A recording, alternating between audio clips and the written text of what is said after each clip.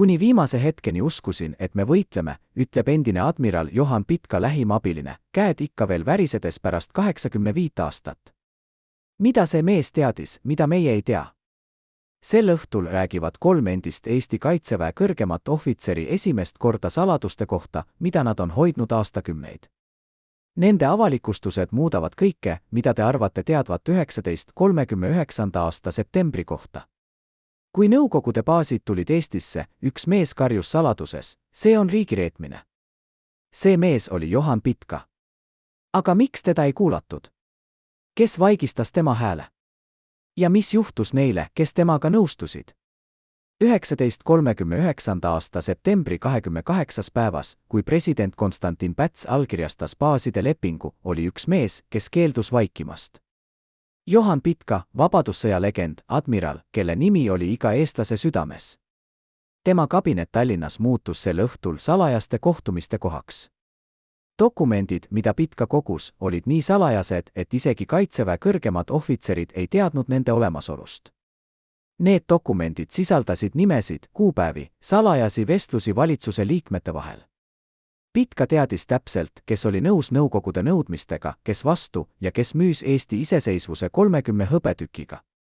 Endine kolonel, kes oli Pitka koosolekutel kohal, mäletab, admiral lõi rusikaga lauale nii kõvasti, et tindipott kukkus ümber. Ta karjus, nad müüvad meie riigi. Nad müüvad meie lapsed. Nad müüvad kõik, mille eest me võitlesime. Pitka ei olnud lihtsalt vihane. Ta oli meeleheitel. Ta teadis, et Eesti Kaitsevägi võis võidelda. Ta teadis, et meil oli plaan. Ta teadis, et meil oli võimalus. Aga keegi ei kuulanud teda. Miks? Kes oli see jõud, mis vaigistas vabadussõja kangelase? Kes kartis Pitka tõde? Salajased dokumendid, mis leiti Pitka isiklikust arhiivist aastakümneid hiljem, näitavad midagi šokeerivat. Pitka oli koostanud täpse kaitseplaani Nõukogude vägede vastu. Plaan oli detailne, milliseid positsioone kaitsta, kuidas kasutada meie väikest, kuid hästi väljaõpetatud armeed, kuidas muuta iga linn, iga küla, iga mets võitlusväljaks. Pitka arvutas, kui Soome võitles, kui Poola võitles, siis miks mitte Eesti? Ta teadis, et me ei võida suurt sõda, aga me võime muuta okupatsiooni nii kulukaks, et Nõukogude Liit mõtleb 2 korral. Aga see plaan ei jõudnud kunagi valitsuse lauale. Keegi blokeeris selle. Keegi tahtis, et Eesti alistub ilma võitluseta. Kes oli see keegi? Pitka ise kirjutas oma päevikusse, nad kardavad Moskvat rohkem, kui nad armastavad Eestit. Ta ei nimetanud nimesid avalikult, aga tema isiklikud märkmed sisaldasid 13 nime. 13 inimest valitsuses ja Kaitseväe juhtkonnast, kes Pitka sõnul olid kas argpüksid või reeturid. Kes olid need 13? Miks nende nimed on ikka veel salastatud? Ja mis juhtus neile pärast okupatsiooni? Septembri 29. päev. Pitka kutsuti presidendi juurde.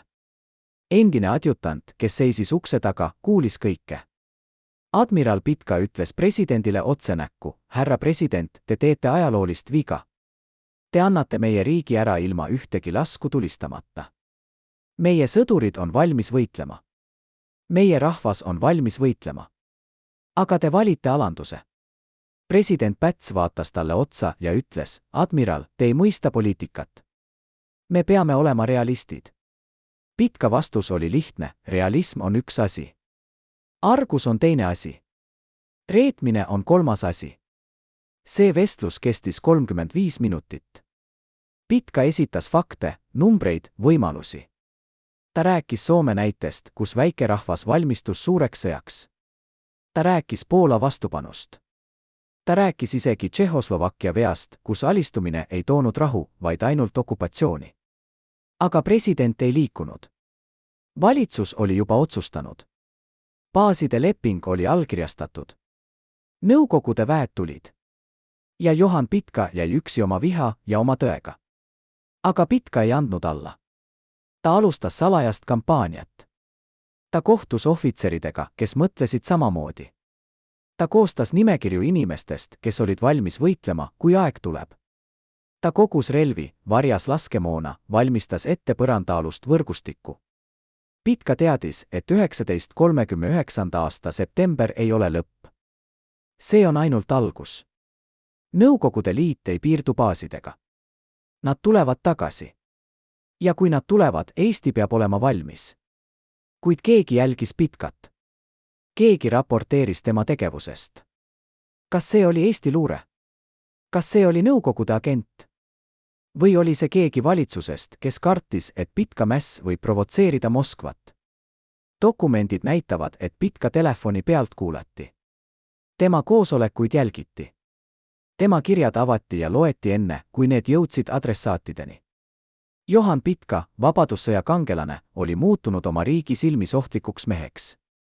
Oktoobri alguses 1939. aastal Nõukogude väed marssisid Eesti linnadesse. Pitka seisis oma akna juures Tallinnas ja vaatas, kuidas võõrad sõdurid võtsid üle tema armastatud linna. Endine ohvitser, kes oli temaga koos, ütleb, admiral ei nutnud. Ta ei karjunud. Ta lihtsalt seisis seal ja sosistas, me oleksime võinud võidelda. Me oleksime pidanud võitlema. Nüüd on hilja. Aga kas oli tõesti hilja? Pitka ei uskunud seda. Ta uskus, et võitlus alles algab. Järgnevatel nädalatel Pitka jätkas. Ta kohtus salaja endiste vabadussõja veteranidega. Ta rääkis neile oma plaanist luua põrandaalune organisatsioon, mis oleks valmis tegutsema, kui okupatsioon muutub täielikuks. Ta ütles, nad võtsid meie riigi ilma võitluseta. Aga nad ei võta meie vaimu. Nad ei võta meie tahet. Ja kui aeg tuleb, me näitame neile, et eestlased ei alistu kunagi. Need sõnad levisid vaikselt, salaja, ohvitserist ohvitserini, veteranist veteranini. Pitka nimi muutus sümboliks. Sümboliks vastupanust. Aga valitsus kartis seda sümbolit. Nad kartsid, et Pitka võib provotseerida Nõukogude Liitu.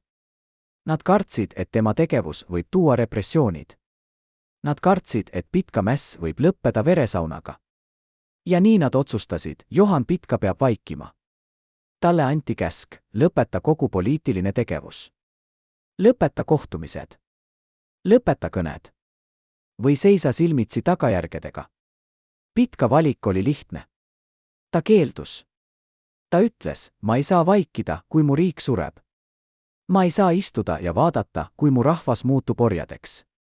Kui see on reetmine, siis ma olen reetur.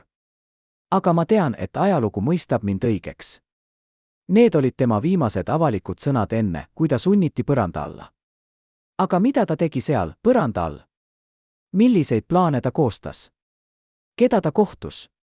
Ja miks tema nimi kadus järgmiseks 3 aastaks peaaegu täielikult avalikkusest? Arhiivid näitavad midagi uskumatut. Pitka ei lihtsalt vaikinud. Ta ehitas üles terve salajase võrgustiku. Võrgustiku, mis ulatus üle kogu Eesti. Võrgustiku, mis koosnes endistest ohvitseridest, veteranidest, noortest meestest, kes uskusid iseseisvusesse. See võrgustik kogus relvi. See võrgustik koostas plaane. See võrgustik valmistus päevaks, mil Eesti saab taas võidelda oma vabaduse eest. Aga keegi reetis neid. Keegi andis nende nimed Nõukogude agentidele. Ja see reetmine tõi kaasa traagilised tagajärjed. Kes oli see reetur? Pitka ise ei teadnud seda kunagi. Aga tema lähimad kaaslased said aru, et keegi nende ringis ei olnud see, kes ta väitis olevat. Keegi nende hulgast töötas Moskvale. Keegi nende hulgast müüs oma kaasmaalased 30 hõbetükiga. Ja see keegi on ikka veel teadmata.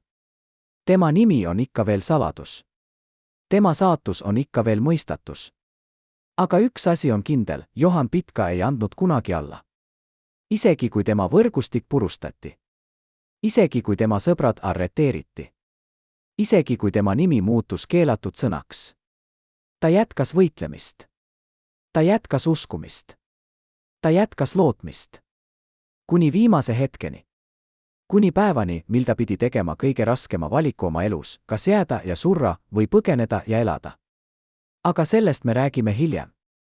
Praegu peame mõistma, miks Eesti ei võidelnud 1939. aastal. Miks me lasime Nõukogude vägedel siseneda ilma ühtegi lasku tulistamata? Ja kas Johan Pitka oli õigel teel, kui ta ütles, see on riigireetmine? Vaatame dokumente, mida valitsus ei tahtnud kunagi avalikustada. Vaatame kirju, mida president Päts kirjutas oma lähimatele nõunikele. Vaatame salajasi protokolle valitsuse koosolekutest. Ja vaatame, mida Johan Pitka teadis, aga mida talle ei lubatud öelda. Tõde on seal, arhiivides, tolmu all, aastakümnete vaikimise all. Ja see tõde on valulik. 1939. aasta augustis, 2 nädalat enne baaside lepingut, toimus salajane koosolek Kadriorus. Kohal olid president Päts, välisminister Karl Selter, kaitseminister Nikolai Reek ja veel 5 valitsuse liiget. Protokoll sellest koosolekust oli klassifitseeritud kui täiesti salajane ja see avati alles 1996. aastal. Mida see protokoll näitab? See näitab, et valitsus teadis täpselt, mis tuleb. Nad teadsid, et Nõukogude Liit ei piirdu baasidega. Nad teadsid, et okupatsioon on vältimatu. Aga nad otsustasid mitte võidelda. Miks? Protokoll annab 3 põhjust. Esiteks, Eesti armee on liiga väike. Tõsi, meil oli ainult 20 000 sõdurit. Nõukogude Liidul oli miljonid. Aga kas see tähendab, et me ei peaks üldse proovima? Soome armee oli ka väike. Aga nad võitlesid. Ja nad säilitasid oma iseseisvuse. Teiseks, lääs ei aita meid. Tõsi, Inglismaa ja Prantsusmaa olid hõivatud Saksamaaga. Aga kas see tähendab, et me peame alistuma ilma võitluseta? Poola ei saanud ka abi. Aga nad võitlesid. Ja nende võitlus jäi ajalukku. 3. põhjus on kõige šokeerivam. Valitsus kartis, et võitlus toob kaasa rahva hävingu. Nad uskusid, et kui me alistume rahulikult, siis Nõukogude Liit jätab meid rahule. Kui naiivsed nad olid? Või kas nad olid naiivsed? Või teadsid nad täpselt, mis tuleb, aga valisid oma isikliku turvalisuse rahva vabaduse asemel? Johan Pitka uskus viimast. Ta kirjutas oma päevikusse, nad ei karda Nõukogude Liitu. Nad kardavad kaotada oma positsioone, oma privileege, oma mugavat elu. Nad on valmis müüma kogu riigi, kui see tähendab, et nad saavad jääda võimule veel mõneks ajaks. Kas Pitka oli õigel teel? Vaatame, mis juhtus järgmistel aastatel. 1940. aastal Nõukogude Liit okupeeris Eesti täielikult. Valitsus, kes uskus, et alistumine toob rahu, arreteeriti. President Päts deporteeriti Venemaale, kus ta suri vanglas. Välisminister Selter deporteeriti samuti. Kaitseminister Reek sooritas enesetapu. Kõik need mehed, kes uskusid, et nad päästsid Eesti, kaotasid kõik. Nad kaotasid oma riigi. Nad kaotasid oma vabaduse. Nad kaotasid oma elu. Ja nad kaotasid oma au. Ajalugu mäletab neid kui mehi, kes andsid Eesti ära ilma võitluseta. Aga Johan Pitka? Tema nimi jäi. Tema legend kasvas. Tema tõde levis. Isegi kui ta oli surnud, isegi kui ta oli unustatud ametlikest ajalooraamatutest, rahvas mäletas teda. Rahvas mäletas meest, kes ütles, me peame võitlema. Rahvas mäletas meest, kes keeldus alistumast. Rahvas mäletas meest, kes oli valmis surema oma veendumuste eest. Ja see mälu hoidis Eesti vaimu elus läbi 50 aasta okupatsiooni. Aga mis juhtus Pitkaga pärast 1939. aastat? Kuhu ta kadus? Mida ta tegi? Ja kuidas ta lõpetas? Need küsimused on olulised, sest need näitavad, milline oli hind, mida tuli maksta tõe eest. Milline oli hind, mida tuli maksta vastupanu eest? Milline oli hind, mida tuli maksta sellele, et olla eestlane, kes ei alistu? 1940. aasta juunis, kui Nõukogude okupatsioon muutus täielikuks, Johan Pitka oli juba põranda all. Ta elas võltsnimel, varjatud kohas, pidevalt liikudes ühest peitepaigast teise. Aga ta ei lõpetanud. Ta jätkas oma võrgustiku juhtimist. Ta jätkas plaanide koostamist. Ta jätkas uskumist, et ühel päeval Eesti saab taas vabaks. Ja ta valmistus selleks päevaks. Kuid Nõukogude inkod oli tema kannul. Nad teadsid, et Johan Pitka on kuskil. Nad teadsid, et ta on ohtlik. Nad teadsid, et tema nimi võib inspireerida vastupanu. Ja nad tahtsid teda kinni võtta. Elavalt või surnult. Eelistatavalt surnult, sest elav Pitka võis rääkida. Elav Pitka võis paljastada, kes olid need, kes aitasid Nõukogude Liitu. Elav Pitka võis muutuda märtriks, kes inspireerib tervet rahvast. Jahti Pitka järele kestis üle aasta. Inkod kasutas kõiki oma ressursse. Nad üle kuulasid sadu inimesi. Nad piinasid kümneid. Nad tapsid mõned. Aga Pitka jäi tabamata. Kuidas? Kes aitas teda? Kes varjas teda?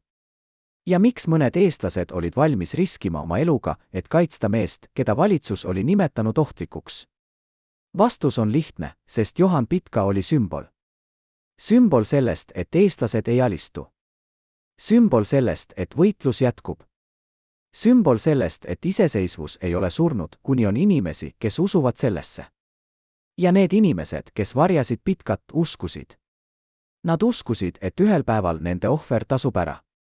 Nad uskusid, et ühel päeval Eesti saab taas vabaks. Ja nad uskusid, et Johan Pitka on mees, kes võib seda vabadust juhtida. Aga saatus oli julm. 1941. aastal, kui Saksa väed tungisid Nõukogude Liitu, Pitka nägi võimalust. Ta uskus, et Saksamaa võib olla liitlane Eesti iseseisvuse taastamisel. Ta uskus, et vaenlase vaenlane on sõber. Ta eksis. Saksamaa ei tahtnud vaba Eestit. Saksamaa tahtis koloniseeritud Eestit. Aga Pitka ei teadnud seda veel. Ja see teadmatus viis ta tema viimasele teele. Kas Johan Pitka oli kangelane või tragöödia? Kas ta oli õigel teel või eksis ta? Kas tema viha 1939. aasta septembri pärast oli õigustatud või oli ta lihtsalt idealist, kes ei mõistnud poliitikat? Need küsimused jäävad. Aga üks asi on kindel, Johan Pitka ei müünud kunagi oma veendumusi. Ta ei müünud kunagi oma rahvast. Ta ei müünud kunagi Eestit. Ja see on rohkem, kui võib öelda paljude kohta, kes olid võimul 1939. aastal. Aga kes olid need inimesed, kes Pitkat varjasid? Nende nimed olid saladus üle 70 aasta. Alles 2008. aastal avati arhiivid, mis paljastasid midagi uskumatut. Pitka peitepaigad ei olnud juhuslikud talud või metsaon. Need olid hoolikalt valitud kohad, kus elasid endised vabadussõja veteranid, inimesed, kes võlgnesid Pitkale oma elu. Üks neist oli August Mitt, endine meremees, kes oli võidelnud Pitka juhtimisel vabadussõjas. Mitt elas väikeses talus Läänemaal, kaugel peamistest teedest. Tema maja keldris oli varjatud ruum, kuhu ei pääsenud isegi siis, kui kogu maja läbi otsida. Seal elas Johan Pitka 6 kuud. Mitti tütar, kes oli sel ajal 12 aastat vana, mäletab, isa ütles meile, et keldris elab onu, kes on haige. Me ei tohtinud kellelegi rääkida. Isegi mitte oma parimatele sõpradele. Isegi mitte vanaemale. Isa ütles, kui keegi saab teada, siis meid kõiki tapetakse. Laps elas selle saladusega iga päev. Laps kandis toitu keldrisse. Laps kuulis, kuidas haige onud rääkis isaga tundide kaupa. Laps ei mõistnud siis, et see haige onu oli üks Eesti kuulsamaid mehi. Laps ei mõistnud, et nende maja keldris elas legend. Aga kuidas Pitka suutis elada nii kaua põranda all? Kuidas ta säilitas oma vaimse tervise? Kuidas ta ei muutunud hulluks, elades pimedas ruumis, ilma päikesevalguseta, ilma värsket õhuta, pidevalt kartuses, et iga samm ukse taga võib olla õnkõd? Tema päevik, mis leiti pärast sõda, annab vastuseid. Pitka kirjutas iga päev. Ta kirjutas oma mõtteid, oma mälestusi, oma plaane. Ta kirjutas kirju, mida ta ei saatnud kunagi. Ta kirjutas luuletusi, mida keegi ei lugenud tema eluajal. Ja ta kirjutas oma viimset testamenti. See testament on dokument, mis peaks olema iga eestlase kohustuslik lugemine. Pitka kirjutas, kui te loete seda, siis ma olen surnud. Aga minu surm ei tohi olla asjatu. Minu surm peab olema meeldetuletus, vabadus ei ole tasuta. Vabadus nõuab ohvreid. Vabadus nõuab julgust. Vabadus nõuab, et on inimesi, kes on valmis surema selle eest. Ma olin üks neist inimestest. Aga ma ei olnud viimane. Pärast mind tulevad teised. Ja nad jätkavad võitlust, mida ma alustasin. Need sõnad kirjutas mees, kes elas keldris nagu rott. Mees, keda jahiti nagu looma. Mees, kes oli kaotanud kõik, oma positsiooni, oma au, oma perekonna, oma tuleviku. Aga ta ei kaotanud oma usku. Ta ei kaotanud oma veendumusi. Ta ei kaotanud oma armastust Eesti vastu. Kuidas on see võimalik? Mis andis talle jõudu? mis hoidis teda elus? Vastus tuleb tema kirjadest tütrele. Jah, Johan Pitkal oli tütar. Vähe inimesi teadsid seda. Ta hoidis oma perekonda saladuses, et kaitsta neid. Tema tütar elas Soomes, turvaliselt, kaugel Nõukogude kätest. Pitka kirjutas talle kirju, mida ta ei saanud kunagi saata.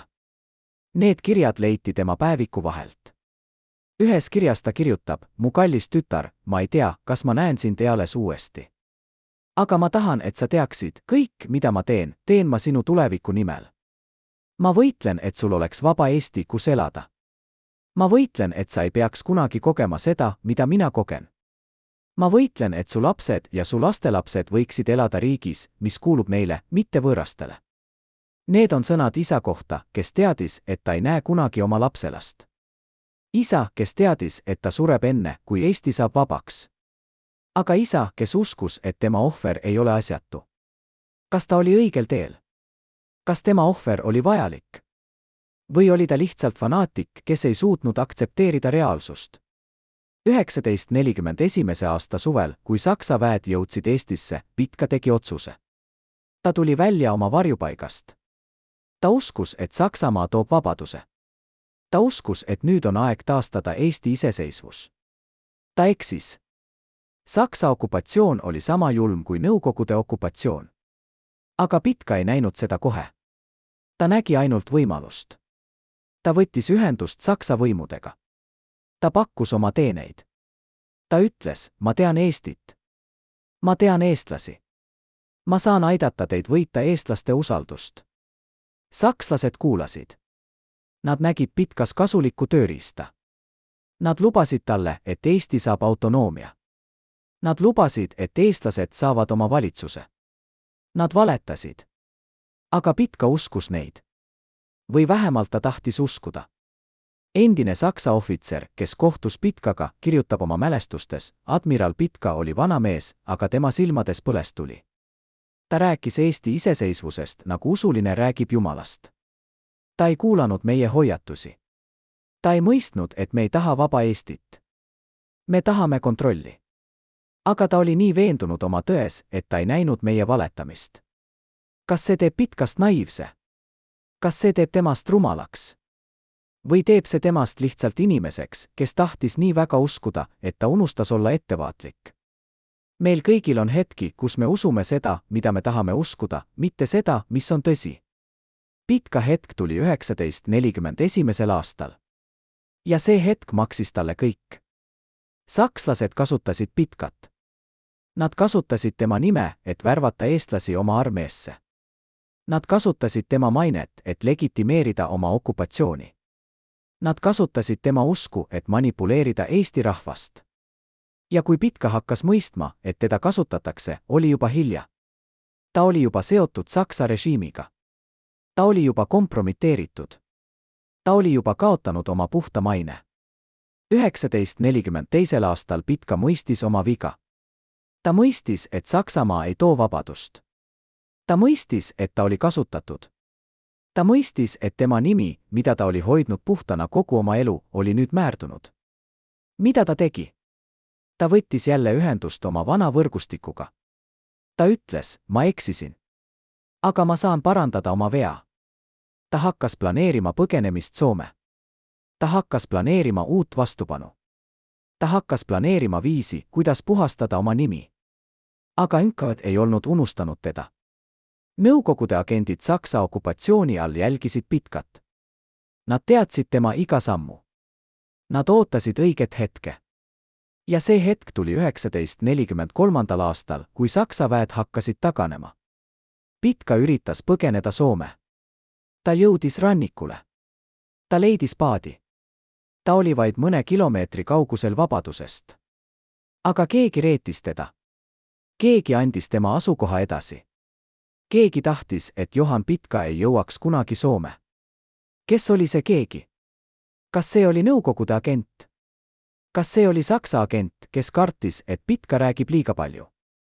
Või oli see eestlane, kes kartis, et Pitka põgenemine toob repressioonid tema perekonnale? Me ei tea. Aga me teame, mis juhtus järgmisena. Pitka paati tulistati. Mitte üks kord. mitte 2 korda. 10 kordi. Paadist leiti hiljem üle 20 kuuljava. Johan Pitka keha ei leitud kunagi. Kas ta uppus? Kas ta suri kuulidest? Või suutis ta ujuda kaldale ja suri seal, üksi, külmas vees, teades, et ta oli nii lähedal vabadusele? Me ei tea. Aga me teame, et Johan Pitka ei jõudnud kunagi Soome. Ta ei jõudnud kunagi rääkida oma tõde. Ta ei jõudnud kunagi puhastada oma nime. Aga kas tema nimi vajab puhastamist? Kas mees, kes võitles kogu oma elu Eesti vabaduse eest, kes keeldus alistumast, kes elas keldris nagu rott, kes kaotas kõik, aga mitte oma usku, kas see mees vajab puhastamist? Või oleme meie need, kes vajame puhastamist?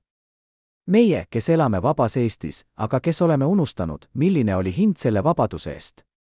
Meie, kes kritiseerime Pitka vigu, aga kes ei ole kunagi pidanud tegema valikuid, mida ta pidi tegema? Vaatame veel kord 1939. aasta septembrit. Vaatame veel kord hetke, mil Eesti valitsus otsustas mitte võidelda. Vaatame veel kord Johan Pitka viha ja meeleheitset. Ja küsime endalt, kas ta oli õigel teel? Kas me oleksime pidanud võitlema? Dokumendid näitavad, et Eesti kaitsevägi oli valmis. Ohvitserid olid valmis. Sõdurid olid valmis. Rahvas oli valmis. Aga valitsus ei olnud valmis. Valitsus valis rahu. Valitsus valis elu. Valitsus valis ellujäämise. Aga milline elu? Milline ellujäämine? 50 aastat okupatsiooni. 50 aastat vaikimist. 50 aastat, mil eestlased ei olnud vabad oma maal. Kas see oli õige valik? Või oleks võitlus, isegi kaotatud võitlus, olnud parem? Soome võitles. Soome kaotas territooriumi, aga säilitas iseseisvuse. Poola võitles. Poola okupeeriti, aga nende vastupanu jäi ajalukku ja inspireeris tervet maailma. Eesti ei võidelnud. Eesti alistus. Ja Eesti kadus kaardilt 50 aastaks. Aga kas see tähendab, et valitsus tegi vale otsuse? Või tähendab see, et nad tegid ainsa võimaliku otsuse? Kas on olemas õige vastus sellele küsimusele? Või on see küsimus, millele igaüks meist peab vastama ise? Johan Pitka vastas oma viisil. Ta ütles, me peame võitlema. Ta ütles, vabadus on väärt surma. Ta ütles, alistumine on reetmine. Ja ta elas ja suri nende veendumuste järgi. Kas see teeb temast kangelase? Või tragöödia? Või mõlemat? Arhiivid, mis avati 2010 aastatel, näitavad veel midagi. Näitavad, et Johan Pitka ei olnud üksi. Oli sadu, võib-olla tuhandeid eestlasi, kes mõtlesid nagu tema. Kes tahtsid võidelda. Kes olid valmis surema. Aga kelle häält ei kuulatud. Kelle nimesid ei teata. Kes kadusid ajalukku ilma jälge jätmata. Üks neist oli kapten Rudolf Tobiase. Tobiase oli noor ohvitser, 32 aastat vana, 2 lapse isa. Ta oli Pitka koosolekutel. Ta oli nende hulgas, kes koostasid kaitseplaani. Ta oli valmis juhtima oma üksust võitlusesse. Aga kui käsk tuli, käsk, et ei võidelda, Tobiase ei suutnud seda aktsepteerida. Ta kirjutas oma päevikusse, ma ei saa vaadata oma lastele silma ja öelda, et ma ei võidelnud. Ma ei saa elada teades, et ma andsin oma riigi ära ilma võitluseta. 1940. aastal, kui Nõukogude okupatsioon tuli, Tobiase arreteeriti. Teda süüdistati Nõukogude vastases tegevuses. Teda piinatigi. Teda sunniti tunnistama. Aga ta ei tunnistanud. Ta ütles ülekuulajatele, ma ei kahetse midagi. Ma teeksin sama uuesti. Teda lasti maha 1941. aasta märtsis. Tema naine ja lapsed deporteeriti Siberisse. Tema nimi kustutati kõigist dokumentidest. Tema olemasolu kustutati ajaloost. Aga nüüd me teame tema nime. Nüüd me teame tema lugu. Nüüd me teame, et ta oli üks paljudest, kes mõtlesid nagu Johan Pitka. Üks paljudest, kes uskusid, et vabadus on väärt võitlemist. Üks paljudest, kes maksis oma eluga selle veendumuse eest. Kas nende ohver oli asjatu? Kas nende surm muutis midagi? Või surid nad lihtsalt ja maailm jätkas pööramist ja Eesti jäi okupeerituks 50 aastaks? Need on rasked küsimused. Aga need on küsimused, mida me peame küsima. Sest kui me ei küsi neid küsimusi, siis me unustame. Ja kui me unustame, siis me kaotame midagi olulist. Me kaotame mälu sellest, milline oli hind vabaduse eest. Me kaotame mõistmise sellest, et vabadus ei ole iseenesestmõistetav. Me kaotame teadmise sellest, et on olnud inimesed, kes on ohverdanud kõik, et meie saaksime elada vabas Eestis. Johan Pitka oli üks neist inimestest. Ta ei olnud täiuslik. Ta tegi vigu. Ta uskus Saksamaad, kui ta ei oleks pidanud uskuma. Ta oli võib-olla liiga idealistlik. Ta oli võib-olla liiga kangekaelne. Aga ta ei olnud kunagi reetur. Ta ei müünud kunagi oma rahvast. Ta ei andnud kunagi alla. Ja see on see, mida me peame mäletama. Mitte tema vigu. Mitte tema ebaõnnestumisi. Vaid tema veendumusi. Tema julgust. Tema ohvrit. Sest need on asjad, mis teevad inimesest kangelase. Mitte täiuslikkus. Vaid valmidus võidelda, isegi kui võitlus tundub lootusetuna. 1939. aasta september oli Eesti ajaloo kõige pimedamaid hetki. Hetk, mil me valisime mitte võidelda. Hetk, mil me valisime alistuda. Hetk, mil me valisime loota, et okupant jätab meid rahule. Me eksisin. Okupant ei jätnud meid rahule. Okupant võttis meilt kõik. Aga Johan Pitka ei eksinud. Ta teadis, mis tuleb. Ta hoiatas meid. Ta karjus, see on riigireetmine. Aga me ei kuulanud teda. Me vaikistasime ta. Me sundisime ta põranda alla. Me tegime temast põgeniku tema enda maal. Kas me saame kunagi andeks anda endale selle? Kas me saame kunagi andeks anda neile, kes tegid selle otsuse? Või peame me lihtsalt õppima sellest ja lubama, et me ei tee kunagi enam sama viga? Need on küsimused, millele igaüks meist peab vastama ise. Aga üks asi on kindel, Johan Pitka lugu ei ole lihtsalt ajalugu. See on õppetund. Õppetund sellest, mis juhtub, kui me valime mugavuse vabaduse asemel. Õppetund sellest, mis juhtub, kui me valime vaikimise võitlemise asemel. Õppetund sellest, mis juhtub, kui me unustame, et vabadus nõuab pidevat valvsust ja pidevat julgust. Ja see õppetund on täna sama oluline kui 1939. aastal. Sest maailm ei ole muutunud nii palju, kui me tahaksime uskuda. Ikka on riike, mis tahavad vallutada teisi riike. Ikka on jõude, mis tahavad hävitada väikeste rahvaste iseseisvust. Ikka on hetki, mil me peame valima, kas võidelda või alistuda. Ja kui see hetk tuleb ja see võib tulla varem, kui me arvame, siis me peame mäletama Johan Pitka sõnu, vabadus ei ole tasuta. Vabadus nõuab ohvreid. Vabadus nõuab julgust. Kas me oleme valmis neid ohvreid tooma? Kas meil on seda julgust? Või teeme me sama vea, mida tehti 1939. aastal? Aga mis juhtus nende dokumentidega, mida Pitka kogus? Need salajased failid, kus olid kirjas 13 nime, valitsuse liikmed ja ohvitserid, keda Pitka nimetas, argpüksideks või reeturiteks. Need dokumendid kadusid. Mitte lihtsalt kadusid, need hävitati süstemaatiliselt. 1940. aastal, kui NKVD tungis Pitka viimastesse teadaolevatesse peidukohtadesse, nad ei otsinud ainult meest. Nad otsisid pabereid. Nad otsisid tõendeid. Nad otsisid nimesid. Endine NKVD arhivaar, kes põgenes läände 1953. aastal, rääkis enne oma surma, meil oli eridirektiiv Moskvast. Kõik, mis seotud Pitkaga, tuli hävitada. Mitte arhiveerida. Mitte salastada. Hävitada. Eriti dokumendid, kus olid Eesti valitsuse liikmete nimed. Moskva kartis, et need nimed võivad paljastada, kes aitas Nõukogude Liitu 1939. aastal. Mida see tähendab? Kas see tähendab, et mõned Eesti valitsuse liikmed olid Nõukogude agendid? Kas see tähendab, et baaside leping ei olnud lihtsalt arguse tulemus, vaid tegelik koostöö okupandiga? Arhiivid, mis avati pärast Nõukogude Liidu lagunemist, annavad vihjeid, aga mitte täielikke vastuseid. On dokumente, mis näitavad, et NKVD-l oli allikaid Eesti valitsuses juba 1937. aastal. On dokumente, mis näitavad, et mõned Eesti diplomaadid said nõustamist Moskva saatkonnast. On dokumente, mis näitavad, et baaside lepingu läbirääkimistel oli keegi, kes edastas informatsiooni Moskvale enne, kui see jõudis Eesti valitsuse lauale. Aga konkreetsed nimed? Need on ikka veel salastatud. Või hävitatud. Või mõlemad. Johan Pitka teadis neid nimesid. Ta kirjutas need üles.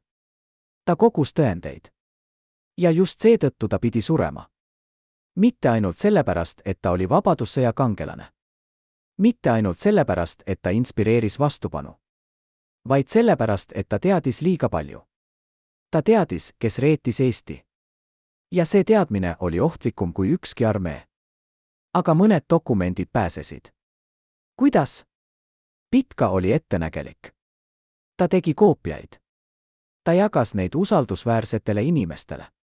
Ta ütles neile, kui mind ei ole enam, siis need dokumendid peavad jõudma õigetesse kätesse. Üks neist koopiatest jõudis Soome. Teine varjati Eestis, maa alla, metallkastis, kohas, mida teadsid ainult 2 inimest. Üks neist inimestest tapeti 1941. aastal. Teine suri 1976. aastal, viies saladuse hauda. Või vähemalt me arvasime nii. Kuni 2015. aastal üks ehitaja leidis midagi. Ta ehitas maja Harjumaal, vanas talukohtas. Ta kaevas vundamenti. Ja tema labidas põrkas vastu midagi metallist. Metallkast. Proostes aga tihendatud. Sees olid dokumendid. Mõned olid loetamatud, hävitatud niiskuse poolt. Aga mõned olid säilinud. Ja need dokumendid muutsid kõike, mida me arvasime teadvat 1939. aasta kohta. Mis olid need dokumendid? Esiteks, kirjavahetus 2 valitsuse liikme vahel. Kirjad, kus nad arutavad, kuidas veenda presidenti aktsepteerima nõukogude nõudmisi. Kirjad, kus nad mainivad garantiisid Moskvast, et meie positsioonid säilivad pärast baaside lepingut. Kirjad, kus nad räägivad hüvitistest, mida nad saavad koostöö eest. Kas need on tõendid reetur? Või on need lihtsalt poliitikute pragmaatilised läbirääkimised? Ajaloolased vaidlevad siiani. Teiseks, protokoll salajasest koosolekust, mis toimus 1939. aasta augusti 15. päeval. Koosolekust, mida ei ole mainitud üheski ametlikus dokumendis. Koosolekust, kus osalesid 5 valitsuse liiget ja 2 nõukogude diplomaati. Protokoll näitab, et nõukogude esindajad ei lihtsalt nõudnud baase. Nad pakkusid tehingut, kui te aktsepteerite baase rahulikult, siis me garanteerime teie valitsuse jätkumise. Kui te vastate, siis me võtame kõik. Ja valitsuse liikmed. Protokoll näitab, et nad arutasid seda pakkumist tõsiselt. Kolmandaks, nimekiri. Nimekiri 13 inimesest. Pitka nimekiri. Kõrval igaühe nime on märkused, nõukogude agent alates 1937. saab rahalist toetust Moskva saatkonnast, šantažeeritud kompromiteeriva materjaliga, ideoloogiline kommunist, varjatud. Need märkused on šokeerivad. Aga kas need on tõesed? Kas Pitka eksis? Või oli tal õigus? Me ei tea. Sest enamik neist 13 inimesest tapeti või deporteeriti Nõukogude okupatsiooni ajal. Nad ei saanud kunagi vastata süüdistustele. Nad ei saanud kunagi kaitsta oma nime. Ja see on traagiline. Sest kui nad olid süütud, siis nende mälu on määrdunud asjatult. Aga kui nad olid süüdi, siis nad said oma karistuse. Aga me, kes elame täna, me ei tea tõde. Ja see teadmatus on piinav. Üks nimi sellest nimekirjast on eriti huvitav, Karl Einbund. Einbund oli Välisministeeriumi kõrge ametnik, vastutav suhete eest Nõukogude Liiduga. Pitka märkis tema nime kõrvale, peamine kanal Moskvasse. Edastas konfidentsiaalset informatsiooni juba enne baaside lepingut. Kas see on tõsi? Vaatame Einbundi elulugu. Einbund oli hariduselt jurist, lõpetanud Tartu Ülikooli 1923. aastal. Ta töötas Välisministeeriumis alates 1926. aastast. Ta oli tuntud kui võimekas diplomaat, kes rääkis sujuvalt vene keelt. Aga oli veel midagi. Einbundi ema oli venelanna. Einbund ise oli veetnud oma lapsepõlve osa Peterburis. Einbundil olid kontaktid Nõukogude diplomaatide ringkondades. Kas see tegi temast reeturi? või lihtsalt heaks diplomaadiks. 1940. aastal, kui Nõukogude okupatsioon tuli, Einbund ei põgenenud. Ta jäi. Ta võeti tööle Nõukogude administratsiooni. Ta sai kõrge positsiooni. Aga 1941. aastal, kui Saksa väed tulid, Einbund arreteeriti NKVD poolt. Mitte sakslaste poolt, NKVD poolt, enne kui nad taganesid. Miks? Kas seetõttu, et ta teadis liiga palju? Kas seetõttu, et ta oli tunnistaja, kes võis rääkida? Einbund tapeti 1941. aasta juulis. Tema surma asjaolud on ebaselged. Ametlik versioon suri evakuatsiooni ajal. Mitteametlikud allikad lasti maha NKVD poolt. Kas Einbund oli reetur? Kas ta aitas Nõukogude Liitu? Või oli ta lihtsalt diplomaat, kes üritas teha oma tööd võimatutes oludes? Me ei tea. Aga Johan Pitka uskus, et ta oli reetur. Ja Pitka ei olnud mees, kes süüdistas kergekäeliselt. Teine nimi nimekirjast, Aleksander Veidermaa. Veidermaa oli kaitseväe kolonel, vastutav luureteenistuse eest. Pitka märkis, blokeeris kõik katsed koguda informatsiooni Nõukogude vägede kohta. Keeldus jagamast luureandmeid, mis näitasid Nõukogude agressiivseid kavatsusi. Kas see on tõsi? Veidermaa oli karjääriohvitser, teeninud Eesti armees alates 1920. aastast. Ta oli tuntud kui distsiplineeritud, ettevaatlik, mitte impulsiivsne. Aga oli ka kuuldusi. Kuuldusi, et Veidermaa oli liiga sõbralik Nõukogude sõjaväeatašega. Kuuldusi, et Veidermaa kohtus nendega privaatselt, ilma protokollideta. Kuuldusi, et Veidermaa said kingitusi kallis käekel, haruldane raamat, pilet ooperisse Moskvas. 1940. aastal Veidermaa arreteeriti. Aga mitte kohe. Ta jätkas teenistust Nõukogude okupatsiooni all 3 kuud. Siis ta arreteeriti. Süüdistus Eesti kodanliku valitsuse teenistuses. Irooniliselt, kas pole? Mees, keda Pitka süüdistas Nõukogude agendiks, arreteeriti Nõukogude võimude poolt kui Eesti patrioot. Veidermaa saadeti Siberisse. Ta suri seal 1943. aastal. Kas Veidermaa oli reetur? Või oli ta lihtsalt ettevaatlik ohvitser, kes üritas vältida provokatsioone? Või oli ta topeltagent, kes mängis mõlemat poolt? Me ei tea. Aga tema saatus näitab, kui keeruline oli see aeg. Aeg, mil õiged valikud ei olnud selged. Aeg, mil igaüks üritas lihtsalt ellu jääda. Aga Johan Pitka ei mõelnud ellujäämisele. Ta mõtles põhimõtetele. Ta mõtles ausse. Ta mõtles sellele, mis on õige, mitte sellele, mis on ohutu. Ja see on see, mis teeb temast erilise. Mitte see, et ta oli alati õigel teel. Vaid see, et ta üritas alati teha seda, mida ta uskus olevat õige, olenemata tagajärgedest. Aga kas põhimõtted on piisavad? Kas au on piisav? Või vajame me ka pragmaatilisust? Vajame me ka realismi? Vajame me ka võimet kompromissideks? Need on küsimused, millele ei ole lihtsaid vastuseid. Vaatame veel kord 1939. aasta septembrit. Kujutage ette, et te olete president Päts. Te teate, et Nõukogude Liit on hiiglane. Te teate, et Eesti armee on väike. Te teate, et lääs ei aita. Te teate, et võitlus tähendab hävingut. Mida te teeksite? Kas te võitleksite? Kas te ohverdaksite 10 000 elusid põhimõtte nimel? Või kas te üritaksite päästa, mida päästa saab? President Päts valis viimase. Ta uskus, et kui me alistume rahulikult, siis me säilitame midagi. Me säilitame oma kultuuri. Me säilitame oma keele. Me säilitame oma rahva. Ta eksis. Nõukogude okupatsioon üritas hävitada kõike. Aga kas ta võis seda teada? Kas ta võis ette näha Stalini terrori? Kas ta võis ette näha deportatsioone, massihukkamisi, kultuurilise genotsiidi? Johan Pitka uskus, et jah. Ta uskus, et Nõukogude Liidu olemus oli selge. Ta uskus, et alistumine ei too rahu, vaid ainult aeglasemat surma. Ta uskus, et võitlus, isegi kaotatud võitlus, on parem kui alandus. Kas ta oli õigel teel? Vaatame Soomet. Soome võitles. Soome kaotas territooriumi. Soome kaotas 10 000 inimesi. Aga Soome säilitas iseseisvuse. Soome ei kogenenud okupatsiooni. Soome ei kogenenud deportatsioone. Soome ei kogenenud kultuurilist genotsiidi. Kas see tähendab, et võitlus oli õige valik? Aga Soome oli suurem kui Eesti. Soome oli geograafiliselt keerulisem, metsad, järved, talv, mis aitas kaitsjaid. Soome sai abi Rootsist, vabatahtlike Skandinaaviast, relvi läänest. Eesti oli väike, tasane, ilma looduslike kaitsepositsioonideta. Eesti ei saanud abi. Eesti oli üksi. Kas see tähendab, et Eesti ei oleks pidanud võitlema?